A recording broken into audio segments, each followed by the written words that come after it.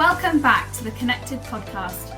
I'm thrilled to bring you an extraordinary collection in which some incredible students take the driver's seat and host dynamic conversations with professionals from across the higher education sector, discussing the vital topic of student belonging. Hosting today's conversation is Callum. Callum talks to Jac Fossett, a student peer-to-peer support manager at Manchester Metropolitan University. Jac loves nothing more than talking about student belonging, so get comfortable for a fruitful and enjoyable conversation. I wondered whether we could start by exploring your understanding and your experiences of student belonging at your institution and in your work. How have you experienced belonging? How would you define belonging? How do you think it's being shaped at your institution? I think one thing that's fascinating is over the last 3 or 4 years particularly, the sense of belonging and mattering is a massive focus for so many staff at the institution. So what started with peer-to-peer support for us, the main focus was the awarding gap. And then we realized, with PAL sessions, for example, the students that really could benefit from attending these sessions were not the ones who attend. So then we started to look at why that's happening and how we could be more inclusive with what we offer. And particularly over the last 2 years, we've seen that the sense of belonging is the main thing we need to focus on to help people feel that this is a safe space for them. They have, the right to be there.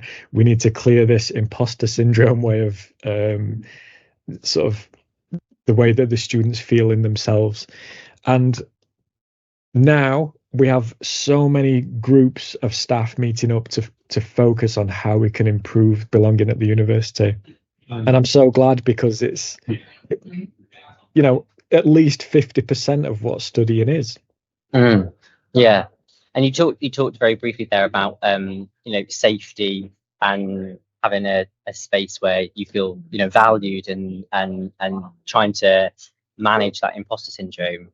Are there any particular factors in your institution at Manchester that are affecting students' belonging in particular, that are influencing that positively or negatively? How are you finding that students are being influenced, and how does that affect their belonging? I think a lot of it is culture, and we're lucky to be in Manchester. It's a very welcoming city. It's very positive, and there's a good energy in the city that helps people feel more comfortable in themselves. I think when you are comfortable in yourself, that allows you to have your own input into what you're studying, rather than just hearing what the lecturers say and repeating it. We want the students to put their stamp on everything that they do. So for belonging to be learned by the students, that it is an essential part of learning. I'm not wording that very well. For students to realize that their own self is an important part of their learning, we need them to realize early on that they need to be comfortable in themselves. And particularly for first years, in the run up to November and December, when the confidence really starts to dip, that's, I think, a peak time where we need to be really pushing and helping each other, working more with peer-to-peer support and having the students find similarities amongst themselves, rather than just being the set groups that they've met right at the start. Actually start to explore the diversity across other students and even staff members. Let's talk about that a little bit more then, because I'm interested to get your thoughts on the power that you believe peer learning has to foster that sense of belonging. And I can remember when I was in my first year, and I think what you've said there really struck a chord in that. It's about finding yourself, developing an identity, not just as a student, but socially within the university environment, and having that confidence and sense of value within the learning space and beyond. So how does peer mentoring support that, and what have you been doing at Manchester that is helping to contribute to increasing students' belonging through peer learning? What's exciting about the way we work now is, since COVID, the impact that's had on how students are, how often they don't attend lectures. We've had to really adapt what we do to make sure that we're there for them rather than expecting them to come to us. Yeah. So for the last 5 years, we've had PAL sessions, which is just second and third years having a safe space for the first year student. When COVID hit, every day we were getting a register of students with a COVID related absence. So it's around 40 students. The PAL leaders would call them up to make sure they had enough clean clothes and enough food. And if they didn't, then we'd help them out. When COVID testing ended, we were really wanting to keep this way of working going, because it wasn't just support for the first years. We were helping all students, and it wasn't as admin heavy as we thought. So this is where we set up a new scheme called the Peer Guides, and their focus was well-being support. Yeah. Over the last 2 years, that's become a very big part of the university student life. We now use an app called Vigo, which is kind of like WhatsApp Messenger. It's a mentoring app where students from any year can register and get paired with a peer guide and talk to them about anything they want, anything they might not want to talk to a member of staff about. From September, we've adapted our roles so that peer guides now facilitate PAL sessions as well as provide wellbeing support. So we've rolled all of our peer-to-peer support schemes into one role. So now, through the app, we can provide academic and wellbeing support on one-to-one messaging, as well as provide the timetabled weekly sessions for the first years. And I think being able to provide this support for all year groups, including foundation and doctorate students, is going to really raise awareness of what the peer guides can offer. And we're going to start to become a big part of the safe space that we're talking about. So, you know, a lot of our measurements in university are based on attendance. But for me, it's more about being there. So when the students enroll, they can register on Vigo, and at any point, even through, you know, the winter break, when campus is shut down, they can message a peer guide on Vigo, and just let us know if there's anything wrong. The peer guides have around 15 hours of training. They know student services backwards. So if the students need signposting, they know exactly where to do that, and they'll walk them through it. But now that we've got a system set up where all students can reach out to student services effectively, but through another student, I think that's massive. And the changes we've made over the last 4 years to be at this stage has come from working with the students, collecting the feedback, working out what works for them. And yeah, we're at a really exciting time because students are not attending for a reason. You know, maybe it's because they need to be working. The cost of living crisis is having a huge impact on the sense of belonging because it's restricting people from attending lectures. Students who commute, they often don't feel included in the group and find walls and barriers. So through Vigo, we'll be setting up groups for commuter students. Maybe we can get them traveling together and things like that. So there's so much to go at and so much to cover. It's very difficult to answer your question, but you know, we're very proud to be offering a lot of options for these students to help them feel like they can find their people. Yeah, I mean, there's so much to unpack there, but I think the thing that is really kind of comes across, I think, is what's really interesting is about that kind of the holistic view of a student, and sometimes we try and think about a specific reason why a student might be not attending, or one particular factor that might affect student belonging.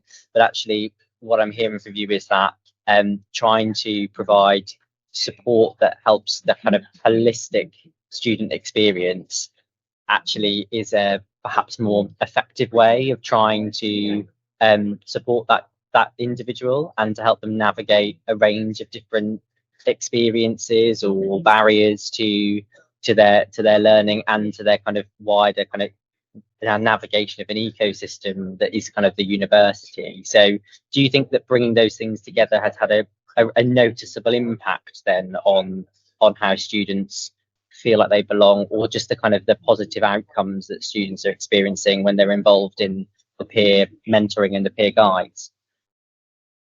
A lot of what I do is data driven, and I collect a lot of feedback every single week from the peer guides that work with us and the students that take advantage of the service that is offered.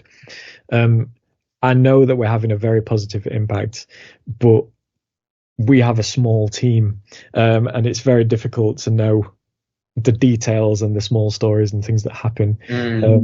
But for example, a student who's anxious about going into a lecture room message the peer guide. The peer guide now meets them every single week, walks them into the lecture and helps them make notes. And it's the small stories like this that I think make everything worth it. Overall, we're being very inclusive. The awareness of what we offer through peer guides is growing. We have peer guides now in the office working as part of the engagement team. So if students are flagged as not attending and not interacting with Moodle, we've actually got peer guides calling them up rather than staff. And we've noticed that the students that they call appear to be much more open with why they're not attending. And I just think, peer to peer is where it's at when it comes to these kind of tasks and these kind of things. Yeah, it goes back to what you're saying about safety and connection, doesn't it? It offers that opportunity for them to develop those really key relationships with people that are similar to them, I suppose, and that they feel that they can share and be open with. Absolutely. I mean, even the last 5 years alone, the world has changed completely. So there's no way that we can relate to young students anymore. We're just on a totally different planet. But the peer guides that we recruit do understand the university's perspective, and they're in a great position where they're able to sort of be a perfect translator for us. So yeah, I agree that having someone that you can see similarities in, or they've recently been through the same struggles, the students definitely open up more. And we see, the peer guides that have had their own struggles and have had help from another student previously, they just want to pay it forward. And that's lovely. They do it because they just want to help others. And that comes across when they are helping students. It's not like nothing's recorded. It's not tracked. It's just a student there who is helpful and smiling as they're helping you through your struggles. So yeah, we're very lucky to be able to work in this way, and I have seen it grow from strength to strength over the last 5 years, and I can only see it becoming more and more effective and powerful. Yeah. And I mean, very, very briefly, thinking about the guides themselves, and I'm just wondering about how being part of that scheme, paving that forward, giving back to that community, helps to enhance the guide's sense of belonging. Do you feel that that's also something that's happening within that space, that by being part of that system, they feel part of a bigger system and they feel like they belong to that community? Absolutely, yeah. It's so beautiful to see not just the confidence growing, but their wider understanding of support and belonging. So we recruit second and third years. If they're taken on as a second year, usually they'll keep working for a second year with us, and that's fantastic to see, because then you see their skills and passion grow even further. And the stories that they're able to then take in to an interview when they graduate are at a whole other level to the students that don't really work in student services and help other students, because it's just so positive and thoughtful, and employers like to see that these days. They like it when people have gone out of their way to help others rather than just focus on their own objectives. Yeah, fantastic. We could talk for a lot longer. I know. So there's so much to try and fit into such a short space of time. But I'm thinking about the future then, and for people that might want to be listening or might want to think about how to maximise the opportunity to use systems like this to enhance belonging.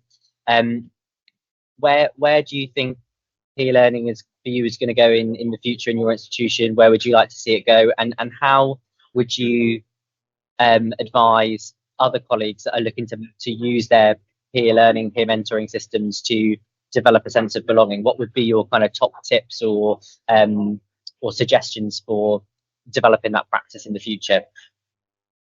The big things that we're focusing on right now are digital literacy. We'll be having peer guides supporting lecturers and academics with high flex lectures, and I think this will help students see that the peer guides are more than just mentors. They are able to work in numerous ways. So students will then get in touch asking for tips on how to get involved with other projects, or even how to work with us. I think it can take maybe 10 years before you get to a level where what is happening with peer-to-peer support is completely effective. And it's a lot of trial and error, and you've got to constantly be adapting. We change what we do every single week, but we base what we do from the perspective of the students. We never tell a peer guide what to do. We ask them how we should change to make things easier for them. It's very difficult to summarize where I think it's going, but I know that as students are doom scrolling and looking for trends, I like the idea that they'll be able to look up at some point and see a familiar face. So with us being online and in person, and things becoming more connected through all the different apps and ways that the ways that students work, all of this will feed into the sense of belonging, because they'll recognize themselves in other students. We just need to keep being vocal and keep being open. Yeah, brilliant. A great place to end our discussion, I think, Jac. Thank you so much for coming to talk with us today. And like I say, I hope maybe some of these conversations will inspire others to think about their own peer learning systems, and obviously connect with other institutions like yourselves, and have these conversations and continue these conversations in the future. So thank you for coming on and talking to us today about your experiences. Thank you. I really appreciate it. And I'm always happy to talk about this because I love it. So yeah, please do reach out if you'd like to talk more. Thank you for listening to the Connected podcast. If you enjoyed this episode, please check out the rest of our extraordinary Voices of Belonging collection and stay connected.